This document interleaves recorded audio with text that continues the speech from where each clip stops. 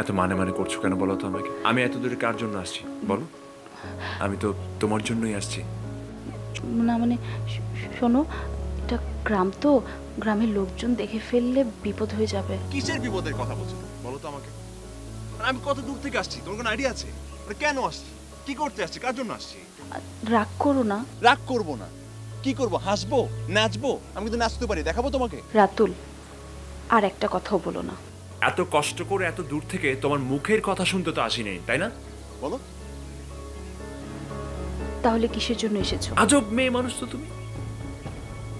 বকুল, আমাদের সম্পর্কটা কি বলো? বাংলায় এটাকে বলে প্রেমিক প্রেমিকা, আর ইংলিশে boyfriend girlfriend, am I right? আর সেটাই যদি হয় তাহলে এত দূরে কেন তুমি?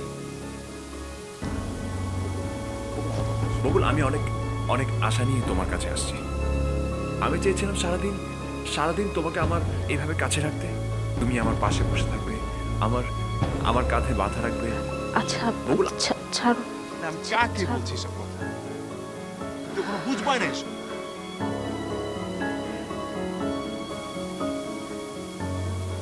তোমাকে তো এসব বুঝিয়ে লাভ নেই।